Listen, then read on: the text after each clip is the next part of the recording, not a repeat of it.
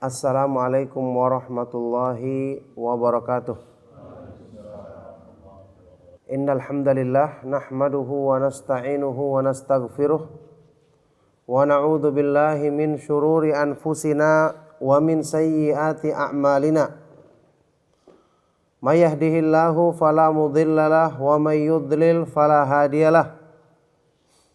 Wa asyhadu an la ilaha illallah wahdahu la syarikalah wa asyhadu anna Muhammadan abduhu wa rasuluh.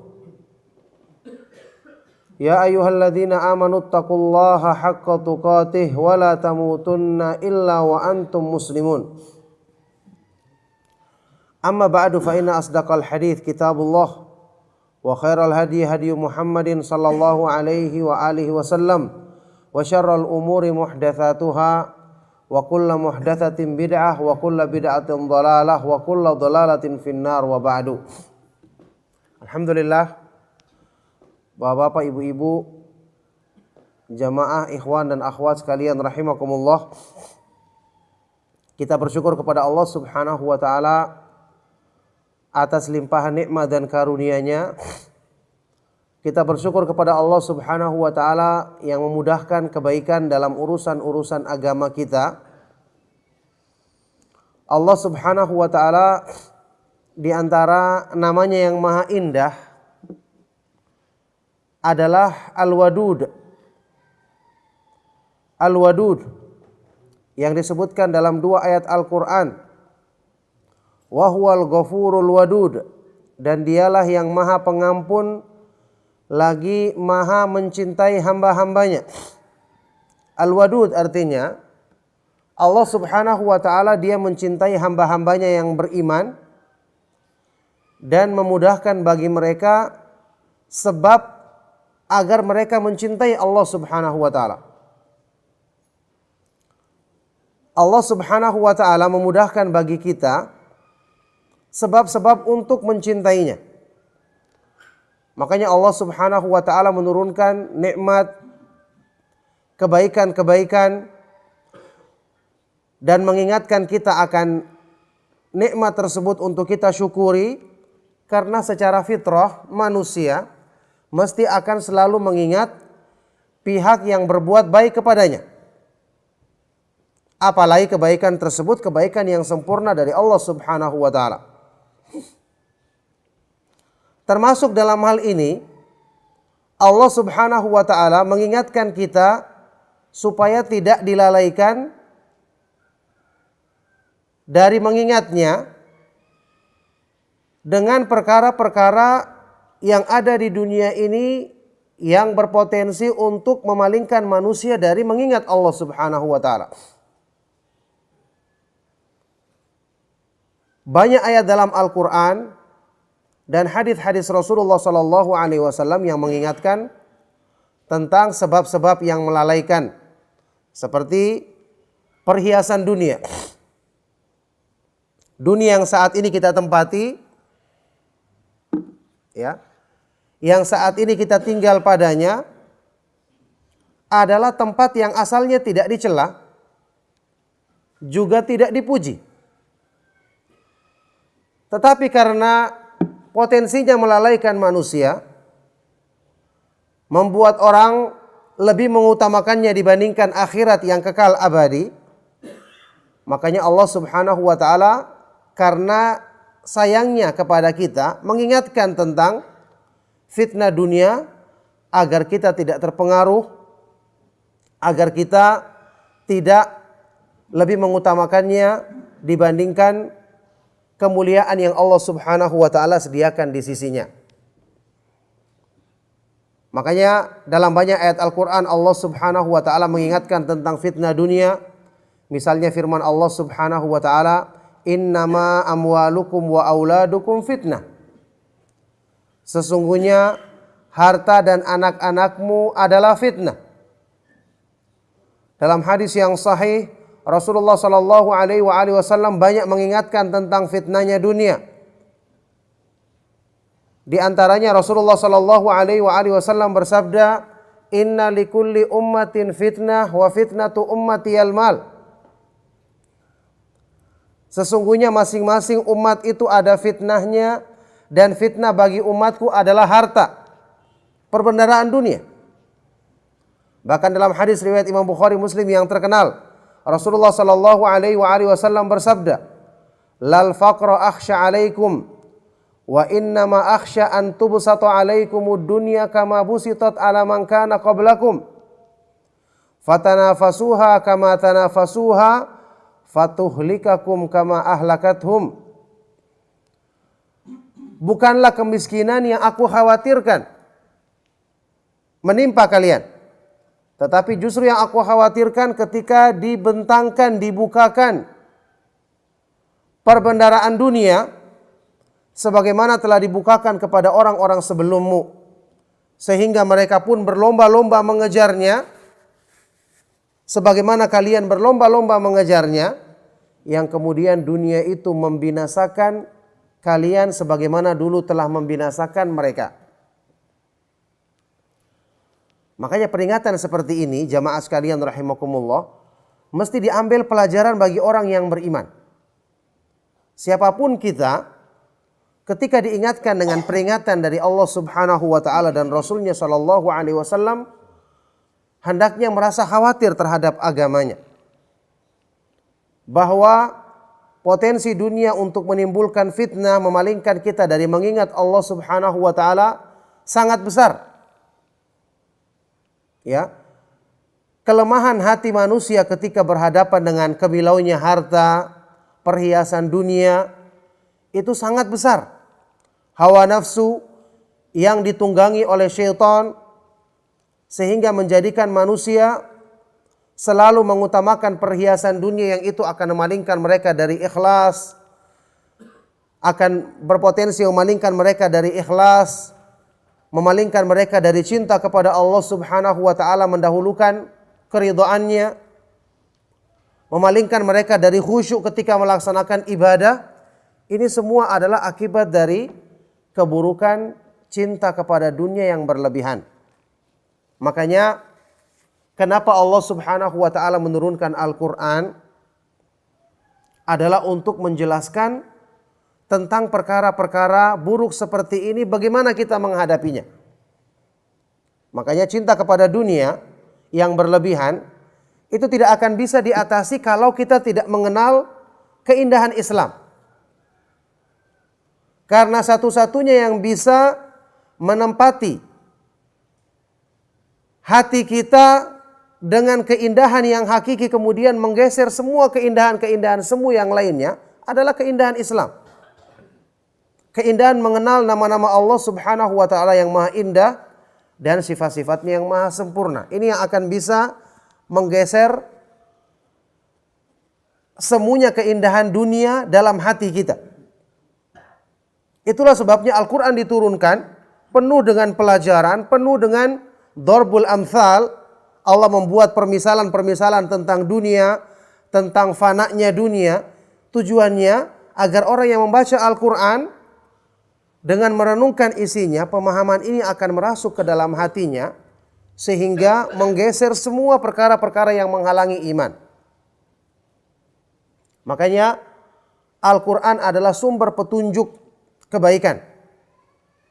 Membaca dan merenungkannya merupakan sebab kita mendapatkan berkah. Orang yang tidak membaca Al-Quran dan merenungkan isinya, tidak mungkin dia akan bisa memperbaiki imannya. Allah Subhanahu wa ta'ala berfirman dalam Al-Quran, "Kitabun anzalnahu ilaika mubarakun liyadabbaru ayatihi waliyatadzakkara ulul albab."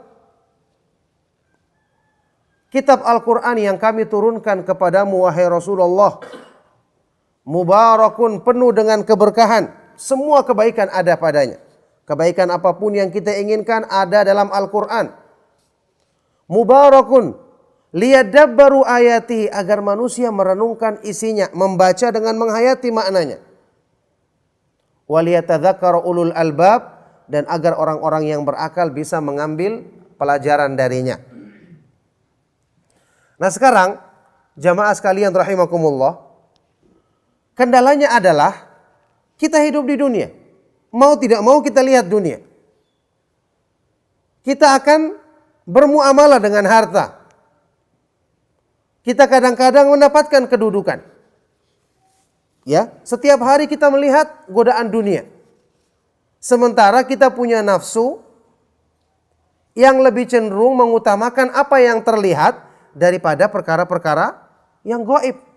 Kenikmatan surga kan gaib. Balasan di sisi Allah tidak nampak. Sementara nafsu, ya, kata Rasulullah sallallahu Allah Subhanahu wa taala berfirman mensifatinya dalam Al-Qur'an, "Innan nafsa la ammaratun bisu." Sesungguhnya nafsu manusia selalu memerintahkan kepada keburukan. Di antaranya adalah cinta kepada dunia yang terlihat.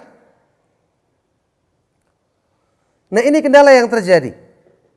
Makanya saya katakan tadi, Allah Subhanahu wa taala ketika melimpahkan kepada hamba-hambanya urusan-urusan dunia, tentu kita tidak bisa menolaknya. Tidak bisa kita mengharamkan yang dihalalkan oleh Allah Subhanahu wa taala. Tidak juga dengan pemahaman ini kemudian lantas harta kita buang atau kita bakar. Keliru. Dilarang dalam Al-Qur'an. Tabdzir, ya, mubadzir. Al-Qur'an dengan petunjuknya yang sempurna mengajarkan kepada kita bagaimana mensikapi harta, mensikapi urusan-urusan dunia agar tidak dilalaikan kita dari mengingat Allah Subhanahu wa taala. Makanya dalam Islam, ya, orang yang kaya memiliki harta yang berlimpah asalnya dia tidak tercela. Sama dengan orang miskin yang tidak punya harta juga asalnya tidak terpuji. Saya ingin ingatkan, ya, dalam banyak hadis-hadis Rasulullah SAW kita selalu membaca Rasulullah SAW misalnya meminta al-ghina. Allahumma inni as'alukal huda wa tuqa wal afafa wal ghina. Ya Allah, aku memohon kepadamu petunjuk, ketakwaan, penjagaan diri dan kekayaan. Rasulullah SAW juga pernah berlindung dari al-faqr, kemiskinan, kefakiran.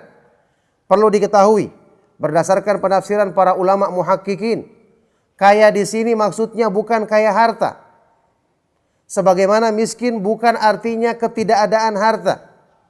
Kenapa demikian? Rasulullah SAW itu tidak akan meminta sesuatu yang tidak dipuji pada zatnya.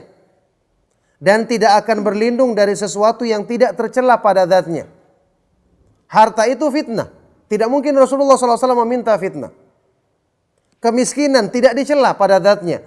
Tidak mungkin Rasulullah SAW berlindung dari sesuatu yang tidak dicela pada zatnya. Jadi apa maknanya kaya dan miskin dalam yang diminta oleh Rasulullah SAW? Kemiskinan yang berlindung darinya Rasulullah SAW maksudnya adalah kaya hati dan miskin hati. Maksudnya adalah diterangkan oleh Rasulullah SAW sendiri dalam hadis sahih riwayat Imam Bukhari dan Muslim, laisal ghina an kathratil aradi wa innamal ghina ghinan nafs. Bukanlah kekayaan itu adalah dengan banyaknya harta benda, tetapi kekayaan itu adalah ghinan nafs, kecukupan dalam hati. Yakni merasa cukup dengan pemberian Allah. Ketika diberikan banyak, dia bersyukur.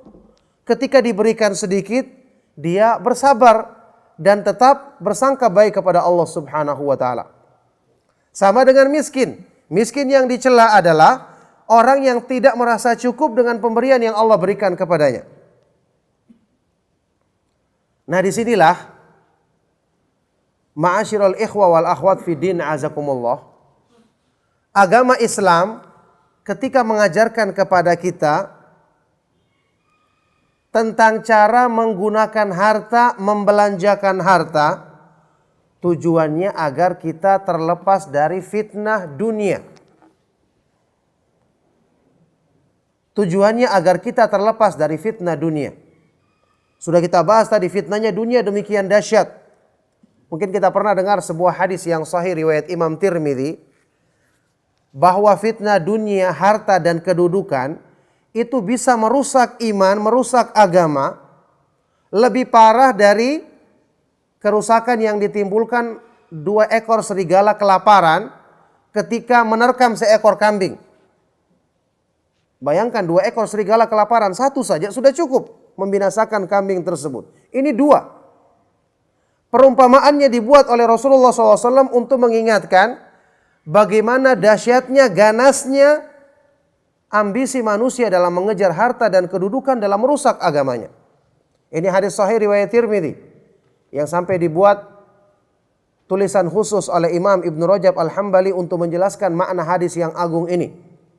Rasulullah sallallahu alaihi wasallam bersabda, "Ma dhi'bani ja'iani ursila fi ghanamin bi afsada min hirsil mar'i 'alal mali wal jahi lidinihi." Tidaklah 2 ekor serigala kelaparan yang dilepaskan pada seekor kambing. Ini sudah serigala kelaparan lagi, 2 lagi. Sedangkan serigala kenyang masih diterkam kambingnya, apalagi kelaparan, dan 2 ekor. Tidaklah 2 ekor serigala kelaparan yang dilepaskan pada seekor kambing. Kerusakan yang ditimbulkan 2 serigala ini tidaklah lebih besar dibandingkan kerakusan manusia, ya, dalam hal mengejar harta dan kedudukan duniawi ketika kedua hal ini merusak agama mereka. Dalam hal merusak agama orang tersebut. Jadi subhanallah, kerusakan ambisi yang berlebihan mengejar harta dan kedudukan melebihi kerusakan yang ditimbulkan 2 ekor serigala kelaparan ketika menerkam seekor kambing. Jadi bisa kita bayangkan bagaimana perumpamaan ini menjadikan agama kita terancam. Wallahi kalau kita koreksi diri, mungkin kendala yang saat ini kita alami dalam hal kenapa ibadah kita kurang khusyuk, kenapa niat ikhlas sulit kita tumbuhkan. Niat ikhlas sudah kita ketahui, ini perkara yang paling sulit dalam agama karena hubungannya dengan nafsu. Ikhlas itu sulit karena nafsu itu selalu minta bagian. Sedangkan dalam ikhlas, nafsu tidak boleh ada bagian. Ya, kata salah seorang ulama salaf, Sahal ibnu Abdullah At-Tustari, "Laisa syai'un ashadda 'ala nafsi minal ikhlas, li'annahu laisa laha fihi nasib." Tidak ada sesuatu yang paling berat untuk diusahakan oleh diri manusia melebihi keikhlasan. Karena dalam ikhlas tidak ada bagian untuk nafsu. Nafsu tidak boleh dipuji, tidak boleh disanjung, tidak boleh mengutamakan balasan yang ada di tangan manusia. Ini yang menjadikan ikhlas itu berat.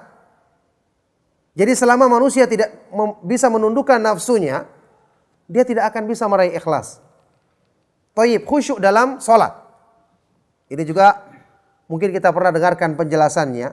Khusyuk itu orang membayangkan, ada sebagian orang yang membayangkan dengan keliru, biarlah saya mengurus urusan dunia saya, nanti waktu saya sholat Allahu Akbar semua menjadi kecil. Ini kan ucapan yang gampang. Tidak mungkin ya seseorang itu ketika sholat mengucapkan Allahu Akbar semua menjadi kecil, selama padahal dalam kehidupannya sehari-hari hampir 24 jam dunia itu besar dalam hatinya. Tiba-tiba waktu dia mengucapkan Allahu Akbar menjadi kecil. Tidak mungkin. Apa yang kita rasakan dalam sholat kita, itu gambarannya seperti apa yang kita alami dalam kehidupan kita sehari-hari. Kalau kecintaan kepada dunia yang berlebihan masih kuat bercokol dalam hati kita, itu yang terbawa dalam sholat kita. Sudah kita ketahui, ya. Sabda Rasulullah SAW kepada sahabat yang mulia, Uthman ibn Abil As, ketika beliau mengeluhkan ada bisikan-bisikan yang selalu datang dalam sholatnya. Rasulullah SAW mengatakan, "Dzaka syaitanun yuqalu lahu khinzab." Itu adalah syaitan yang bertugas khusus untuk menggoda manusia. Ini syaitan akan mendatangkan semua urusan dunia dalam pikiran kita waktu kita salat. Hal-hal yang tidak muncul pun akan muncul ketika kita salat. Kenapa? Karena urusan-urusan ini yang selalu mendominasi pikiran kita dan hati kita dalam kehidupan. Jadi coba lihat fitnahnya dunia seperti itu. Makanya kalau seseorang muslim tidak waspada dari fitnah dunia, tidak mohon perlindungan kepada Allah Subhanahu wa taala dari fitnah dunia, maka itu akan menjadikan sebab rusak agamanya. Menjadi sebab dia akan sulit untuk menundukkan hawa nafsunya. Ingat, di beberapa kajian saya sudah pernah ingatkan ya. Menundukkan hawa nafsu itu merupakan syarat mutlak untuk meraih takwa kepada Allah. Ini sepakat semua para ulama mengatakan demikian. Imam Ibnu Qayyim rahimahullah taala menukil, beliau pernah berkata, wa qad ajma'a as-sa'iruna ila Allahi ala ikhtilafi turukihim wa tabayuni sulukihim ala anna an-nafsa hiyal qati'atu bainal 'abdi wa bainal wusuli ila Rabb. Sungguh semua orang-orang yang berjalan menuju Allah, yang ingin mendekatkan diri kepada Allah, semua sepakat mengatakan, jadi semua orang yang mengenal agama sepakat mengatakan bahwa nafsu manusia adalah penghalang utama antara seorang hamba untuk meraih keridhaan Allah Subhanahu wa taala. Nafsu ini ada pada diri kita. Nafsu ini yang kemudian menjadikan kita mencintai dunia berlebihan. Nafsu ini yang melihat gemerlapnya harta. Ini yang justru menjadi penghalang utama kita untuk meraih kedekatan kepada Allah Subhanahu wa taala.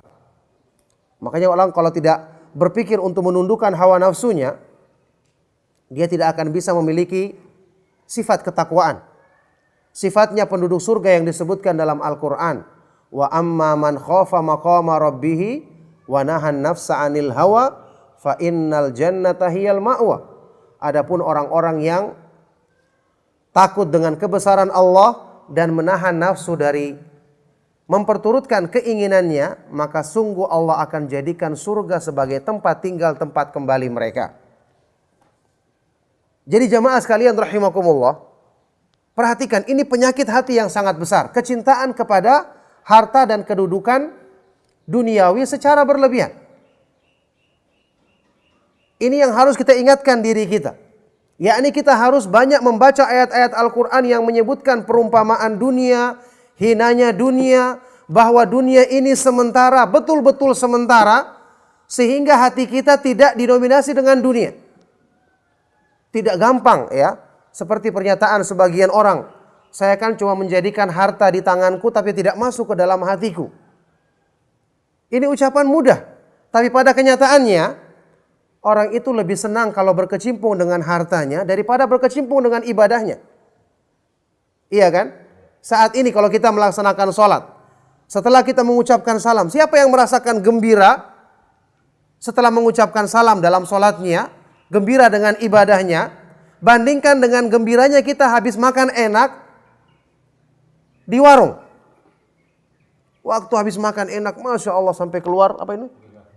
Keringat, gelegaan ya.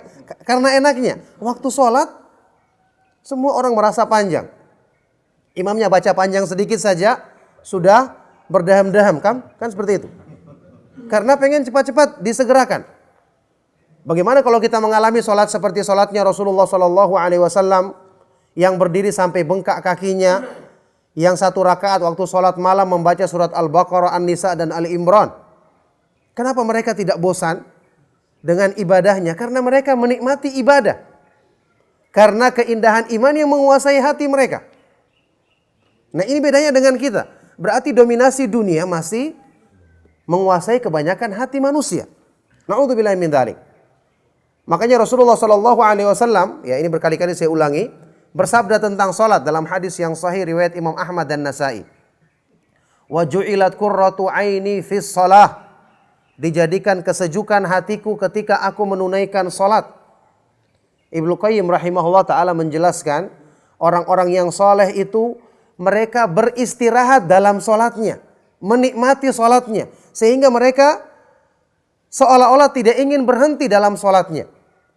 Makanya bacaannya panjang, rukuknya lama, sujudnya panjang, dan ini berlaku untuk semua sujud. Tidak ada sujud yang pertama, yang terakhir, semua sujud ya. Karena hadis-hadisnya menyebutkan keseluruhan sujud, dan demikian keterangan para ulama seperti Syekh Utsaimin dan yang lainnya. Kemudian i'tidalnya panjang, semuanya panjang karena mereka menikmati salatnya. Ketika Rasulullah Shallallahu Alaihi Wasallam dalam sebuah perjalanan jihad dalam hadis sahih riwayat Imam Ahmad, sudah tiba waktu salat, apa yang beliau sabdakan kepada Bilal? Arihna bis salati ya Bilal. Wahai Bilal, jadikanlah kami beristirahat, bergembira dengan melaksanakan salat. Bayangkan suruh azan saja bahasanya seperti ini. Ini bukan wahai Bilal, kumandangkan salat. Ya ini seolah-olah seperti sesuatu yang berat. Tidak. Arihna bis salati ya Bilal. Jadikanlah kita bergembira, beristirahat dengan melaksanakan salat wahai Bilal. Nah yang seperti ini orang-orang yang hatinya dihiasi dengan iman.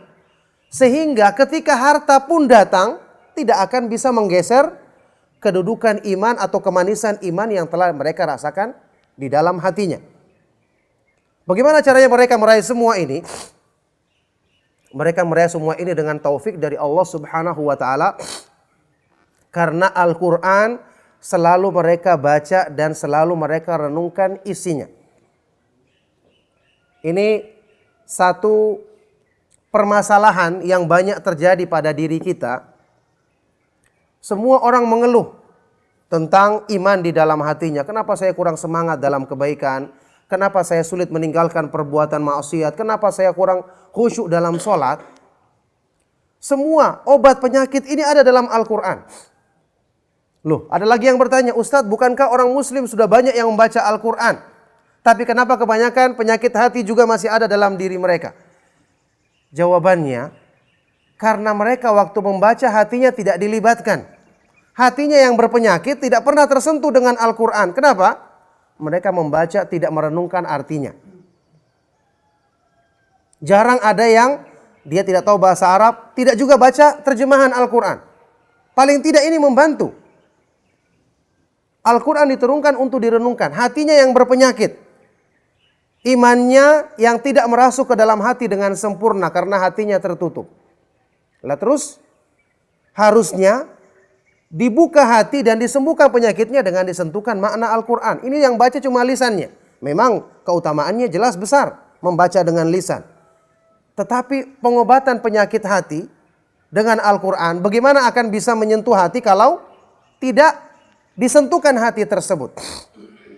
Padahal Allah Subhanahu wa taala berfirman, Ya ayyuhan nasu qad ja'atkum mau'idhatum mir rabbikum wa shifaa'un lima fis sudur. Wahai manusia, sungguh telah datang kepada kalian sebaik-baik nasihat dari Allah dalam Al-Quran dan obat penyakit hatimu. Hatinya harus disentuh supaya masuk pengaruh dan kebaikan dari Al-Quran ke dalam hati.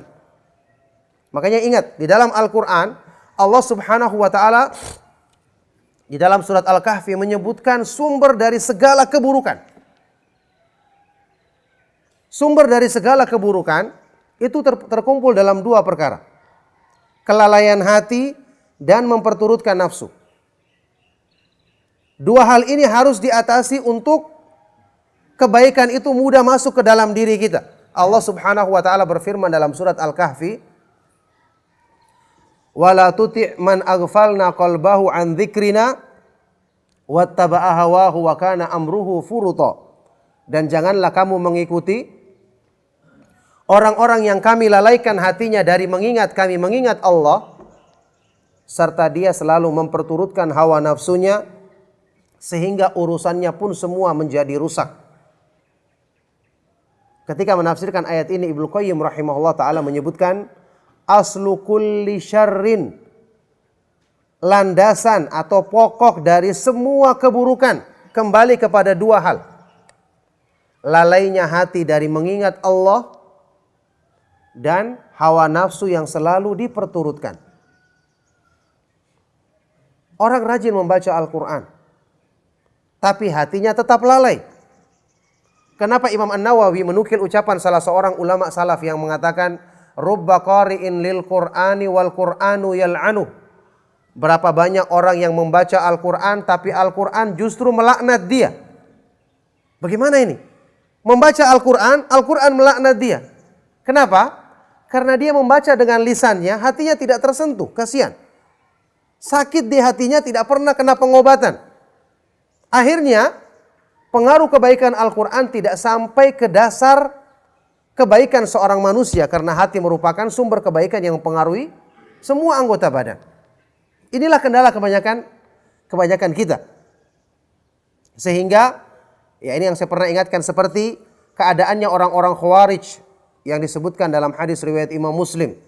Orang-orang Khawarij ya, penyempal pertama dalam Islam, pemberontak pertama dalam Islam, orang-orang yang suka melakukan teror, membunuh kaum muslimin, yang telah diisyaratkan keberadaan mereka oleh Rasulullah SAW dalam hadis-hadis yang sahih. Itu diantara ciri-ciri mereka, memang kelihatan rajin membaca Al-Quran. Tapi apa kata Nabi SAW tentang mereka? Yaqra'unal Qur'ana la yujawizu hanajirahum. Mereka membaca Al-Quran, tapi bacaan Al-Quran itu tidak melampaui tenggorokannya. Nah, oleh karena itulah jamaah sekalian rahimakumullah, kita ingat kita hidup di dunia. Mau tidak mau fitnahnya akan sering bersinggungan dengan kita. Harta yang kita miliki, baik kita dalam keadaan berlimpah atau pas-pasan, tetap merupakan fitnah bagi kita. Betapa banyak orang-orang yang miskin, angan-angannya terhadap dunia panjang. Padahal harusnya dia bersyukur Allah telah menghindarkan dia dari fitnahnya. Sementara ada orang yang kaya, alhamdulillah Allah Subhanahu wa taala jaga dia dari fitnahnya harta, sehingga harta tidak mendominasi dirinya, tidak mendominasi hatinya.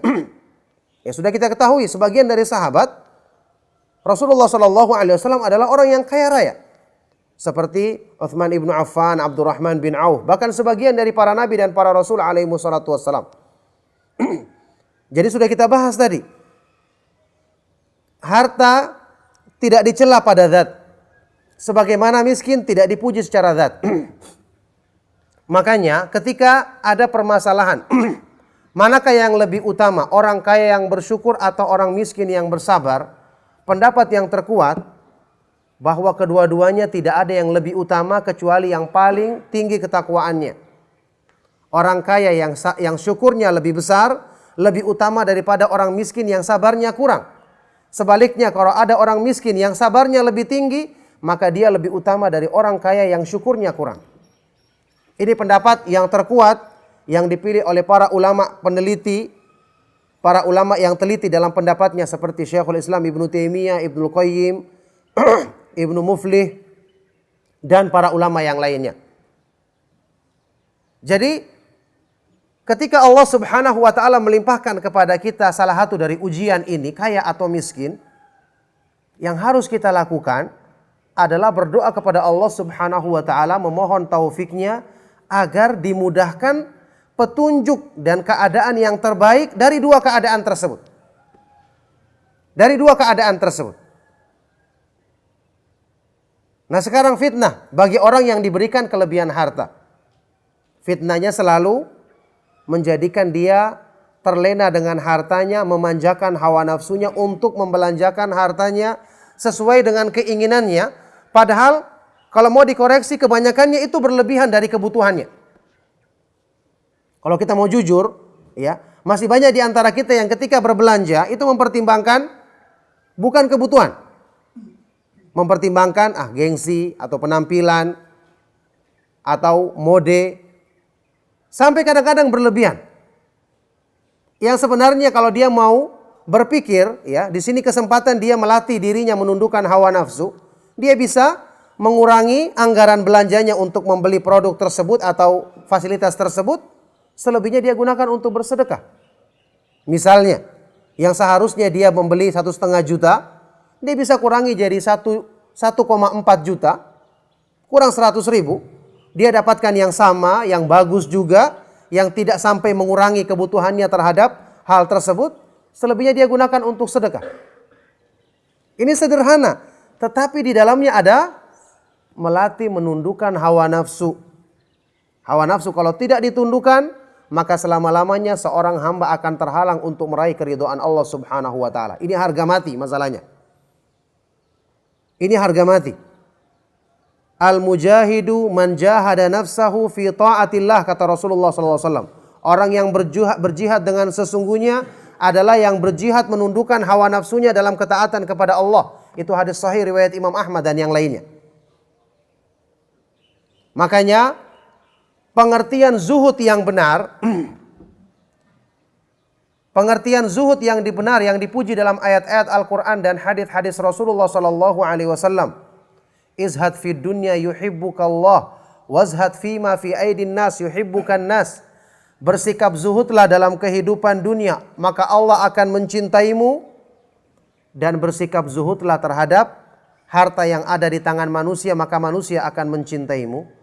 Zuhud di sini bukan hanya sifat yang dimiliki oleh orang miskin. Lah bagaimana orang kaya, apa tidak bisa zuhud? Jawabannya bisa. Orang kaya bisa zuhud. Bahkan bisa jadi zuhudnya mereka lebih hebat daripada orang miskin.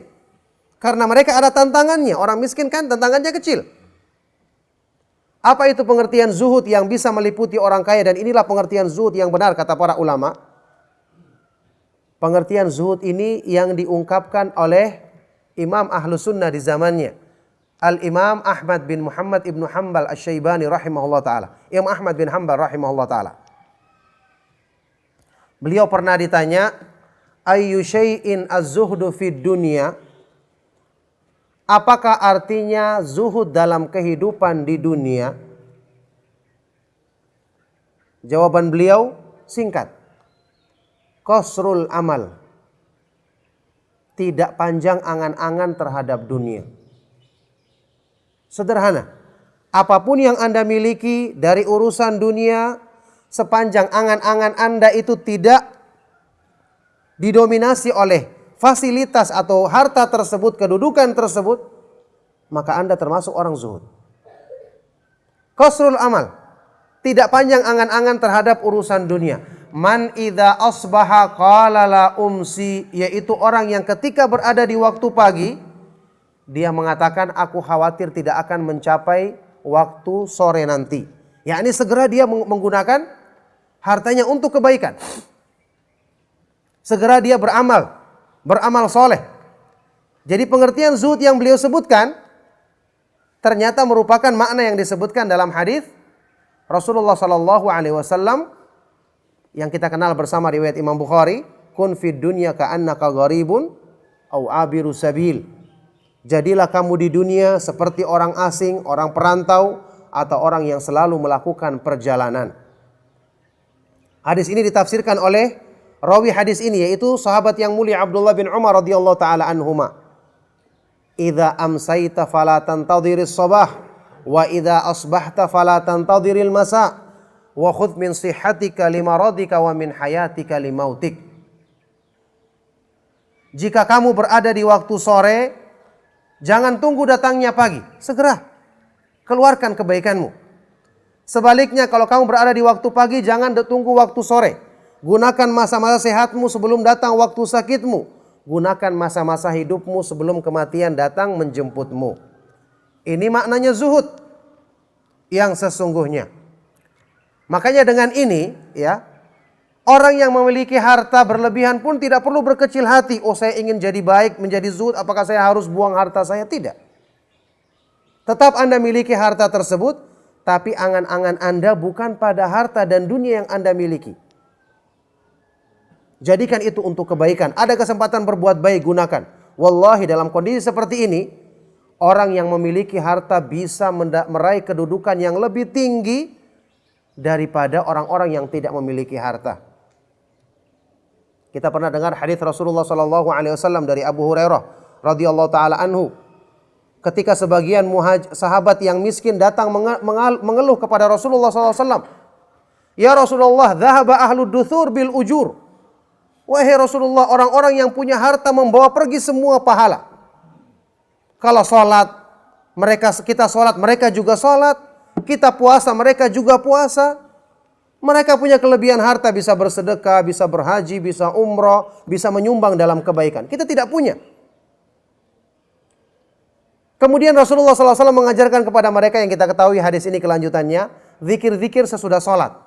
Diamalkan oleh orang-orang miskin tersebut. Orang-orang kaya dengar lagi, diamalkan juga oleh mereka. Bagaimana? Akhirnya datang lagi mengadu kepada Rasulullah SAW. Di akhir hadis ini, apa kata Nabi SAW? Dzalika fadlullahi yu'tihi may yasha. Itu adalah karunia dari Allah yang diberikan kepada siapa yang dikehendakinya. Sudah gak bisa lagi. Mau bagaimana lagi? Tidak mungkin disembunyikan sebagian amal hanya untuk kalian, mereka tidak diberitahu. Kan begitu keadaannya. Nah, dari hadis ini Imam Ibnu Hajar Al-Asqalani dalam Fathul Bari menyebutkan, ini dalil yang menunjukkan bahwa orang kaya yang punya sifat seperti ini, keutamaannya jelas lebih tinggi dibandingkan dengan orang-orang miskin yang tidak punya kelebihan harta. Jadi kita lihat, harta itu bisa bermanfaat kalau kita benar-benar selalu mohon pertolongan kepada Allah Subhanahu wa taala, meminta perlindungan dari fitnahnya. Makanya membelanjakan harta diatur dalam Islam. Ingat selalu kaidah, Islam itu mengatur dalam pembelanjaan harta. Ini supaya kita tahu cara melatih diri kita agar fitnah harta tidak mendominasi diri kita. Ingat, orang yang sudah kenal agama itu belanjanya pun tidak seperti orang awam. Yang penting suka belanja. Loh, ini tidak sesuai dengan aturan dalam Al-Quran. Allah Subhanahu wa taala berfirman ketika menyebutkan tentang ibadur rahman, hamba-hamba Allah yang bertakwa. Walladzina idza anfaqu lam yusrifu wa lam yaqturu wa kana baina dzalika qawama. Mereka adalah orang-orang yang ketika membelanjakan hartanya tidak berlebihan tapi juga tidak terlalu pelit. Boros melebihi kebutuhan tapi juga tidak terlalu pelit. Wa kana baina dzalika qawama, tapi mereka mengambil jalan tengah dari hal tersebut. Saya beberapa kali ditanya sama beberapa ikhwan, "Ustaz, saya pengen membeli ini. Bagaimana caranya yang terbaik saya membelinya?" Saya katakan, pilih yang paling tengah. Dari apa yang Anda targetkan dan apa yang Anda butuhkan, cari yang tengah-tengah. Kalau sudah terpenuhi, pilih yang itu. Kelebihannya digunakan untuk kebaikan. Lalu bagaimana caranya memilih yang tengah? Tentu berbeda antara satu orang dengan orang yang lainnya. Tidak bisa kita kiaskan, misalnya orang mau beli mobil, yang tengah-tengah itu harus harganya yang 150 juta. Tidak bisa, ada orang yang punya kelebihan harta, tentu pertengahan dalam hal ini bagi dia lebih daripada hal tersebut. Tergantung keadaan orangnya.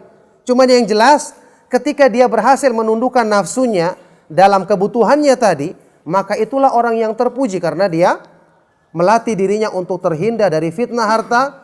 Ketika membeli fasilitas tadi, kelebihannya dia bisa gunakan untuk kebaikan-kebaikan di jalan Allah Subhanahu wa taala. Maka dari sinilah, ma'asyiral ikhwah wal akhwat fid din azakumullah, antum ketahui sebagian dari para ulama itu bahkan ada yang sampai memilih lebih baik hidup miskin daripada kaya karena takut fitnahnya harta. Ini bukan cuma ulama, sebagian dari sahabat. Antum pernah dengar kisahnya siapa? Abu Dzar Al-Ghifari radhiyallahu taala anhu. Ini sahabat, bahkan dia pernah mengatakan di depan majelis umum, kemiskinan lebih aku sukai daripada kekayaan. Sakit lebih aku sukai daripada waktu sehat. Bayangkan, siapa yang pernah bicara seperti ini atau berdoa seperti ini? Mau jadi orang miskin, mau jadi orang sakit terus. Ini ucapannya sahabat yang mulia. Didikannya Rasulullah Sallallahu Alaihi Wasallam. Kenapa? Karena beliau mengetahui manusia itu kalau dalam keadaan lemah, kekurangan, dia lebih gampang tunduk kepada Allah Subhanahu Wa Taala. Lebih gampang merendahkan diri, lebih gampang jauh dari kelalaian. Tapi tetap saja pernyataan ini tidak dibenarkan 100%. Karena satu manusia tidak bisa disamakan dengan manusia yang lainnya, iya kan? Ada orang yang diberikan kemiskinan malah tambah parah, iya kan? Malah mengeluh setiap hari, kerjaannya menjadi peminta-minta, tidak menunjukkan kehormatan dirinya, malah semakin malas. Sebaliknya, ada orang yang diberikan kekayaan, justru dia bisa menggunakannya di jalan Allah. Tapi juga banyak yang diberikan kekayaan, justru semakin lalai dan jauh dari Allah Subhanahu wa taala. Nah, kisah Abu Dzar tadi, ucapannya ini pernah dinukil oleh salah seorang tabi'in, disampaikan kepada cucunya Rasulullah sallallahu alaihi wasallam, Al Hasan bin Ali bin Abi Thalib radhiyallahu taala anhuma. Ketika mendengar ucapan ini, sahabat yang mulia ini mengeluarkan pernyataan yang lebih indah dan lebih tinggi. Beliau berkata, rahimallahu Abu Dzar, semoga Allah merahmati Abu Dzar. Wa amma ana fa'akul, adapun saya yang saya akan ucapkan adalah manittakala ila husni ikhtiyarillahi lahu lam yatamanna syai'an. Barang siapa yang selalu bersandar kepada pilihan Allah yang terbaik untuk dirinya, maka dia tidak akan pernah mengangan-angankan sesuatu selain yang Allah pilihkan. Inilah yang terindah dan inilah ucapan yang paling tinggi dalam keimanan. Maksudnya, dia mengatakan, jangan memilih untuk dirimu karena kamu tidak tahu akibat dari pilihanmu. Tetapi apa yang Allah berikan untukmu dari urusan dunia, berusahalah mencari keridhaan Allah di situ. Kalau Allah berikan kamu kekayaan, minta kepada Allah untuk dianugerahkan syukur dan dihindarkan dari fitnah harta. Kalau Allah berikan kemiskinan, minta kepada Allah untuk diberikan kesabaran dan selalu bersangka baik kepada Allah. Ini yang terbaik. Makanya saat ini berapa kali saya ulang di majelis ya. Dalam menyikapi harta ini akan terlihat dari doa-doa dan permohonan kita. Kalau saat ini kita berdoa kepada Allah, kita jujur mengatakan, apa yang kita minta? Apakah kita minta menjadi orang miskin yang bersabar atau orang kaya yang bersyukur? Rata-rata permintaannya apa? Hah? Orang kaya yang bersyukur. Padahal juga yang jadi orang kaya juga tidak banyak-banyak banget ya. Mayoritas permintaan kita apa dalam doa? Apa yang kita minta? Menjadi orang kaya atau orang miskin? Saya yakin rata-rata meminta jadi orang kaya. Kenapa? Selalu kita bayangkan kalau kaya itu senang, iya kan? Di situ ada pengaruh dari nafsu kita. Pengaruh dari nafsu kita. Kita selalu ya menghadapi kehidupan ini, ketundukan dan kepasrahan kepada Allah itu kurang. Jadi kita selalu mendahulukan pilihan kita. Kita memang boleh berusaha, boleh meminta kebaikan, tetapi jangan mendahului kehendak Allah Subhanahu wa taala. Ibnu Qayyim punya penjelasan yang sangat baik, kalau bukan karena waktu ya yang terbatas, ketika menafsirkan firman Allah dalam Al-Qur'an, wa asa an tuhib takrahu syai'an wa huwa khairul lakum wa asa an tuhibbu syai'an wa huwa syarrul lakum wallahu ya'lamu wa antum la ta'lamun. Bisa jadi kalian membenci sesuatu padahal itu justru baik bagimu, atau kalian menyukai sesuatu padahal buruk bagimu. Allah mengetahui dan kamu tidak mengetahui. Contohnya, orang berusaha. Dia sudah siapkan semua ya, strategi yang baik, memilih tempat yang baik, mencari dagangan yang kira-kira laku di pasaran dan halal. Dia usahakan, dia meninggalkan usahanya yang dulunya haram. Dia berusaha, dia sudah berdoa kepada Allah supaya dijadikan laris dagangannya. Ternyata dagangnya tidak laris. Muncul persangkaan buruknya kepada Allah. Na'udzubillahi min dzalik. Ya Allah, dulunya saya melakukan yang haram. Justru laris dagangan saya. Justru usaha saya berhasil kelihatannya. Saya sudah bertobat meninggalkannya. Saya meminta kepadamu untuk dagangan saya yang halal ini meskipun tidak laris-laris banget, yang penting mencukupi, tidak juga dijadikan laris. Bagaimana seperti ini? Kita katakan, ini kan seolah-olah orang ini ingin mengatakan, ya Allah, saya tahu bahwa ini adalah kebaikan bagiku, kan begitu. Ingat, di hadapan Allah kita tidak boleh mengusulkan. Dia Maha tahu. Kalau kita bicara di depan manusia, iya kan? Kalau kita bicara dengan manusia, kita berembuk, kita bermusyawarah. Kenapa kita bermusyawarah? Karena sama-sama tidak tahu akibat dari urusan ini, iya kan? Kita bermusyawarah minta pendapat orang yang ahli. Orang yang ahli pun tidak tahu. Tapi Allah Maha mengetahui akibat dari segala sesuatu. Yang tersembunyi sekalipun kebaikannya Dia Maha mengetahui. Tidak pantas kita menghukumi Allah dengan keinginan kita. Ya Allah, saya inginnya begini, kenapa kamu berikan begini? Itu kan hakikatnya. Ini tidak benar. Harusnya kita bersangka baik kepada Allah. Oh, ternyata Allah menjadikan ini tidak laris, supaya saya tidak lalai dari sholat 5 waktu, dari pengajian saya. Allah menyembunyikan ada kebaikan lain, mungkin saya pindah di usaha lain, disitulah tempat keberhasilan saya. Kemudian Allah ingin menguji, saya dulu waktu melakukan yang haram di masa lalu kan masih banyak dosa-dosanya. Mungkin ujian ini untuk menghapuskan dosa-dosa saya. Banyak sekali kebaikan. Ya, Allah Subhanahu wa taala di antara namanya yang maha indah adalah Al-Latif, yang maha halus. Di antara maknanya, Allah itu menyampaikan kebaikan kepada hambanya, terkadang dari arah yang tidak diperhitungkan oleh hamba bahwa itu adalah kebaikan baginya. Dia menyangka keburukan padahal Allah menghendaki kebaikan baginya. Makanya dari permohonan dan sikap-sikap kita bisa menilai bagaimana dominasi atau fitnah dunia dalam hati kita menguasai hati kita, sehingga itu pun mempengaruhi permintaan kita. Ucapan yang saya nukilkan tadi dari Al-Hasan radhiyallahu taala anhu ini yang menjadi patokan dan kaidah yang kita pegang.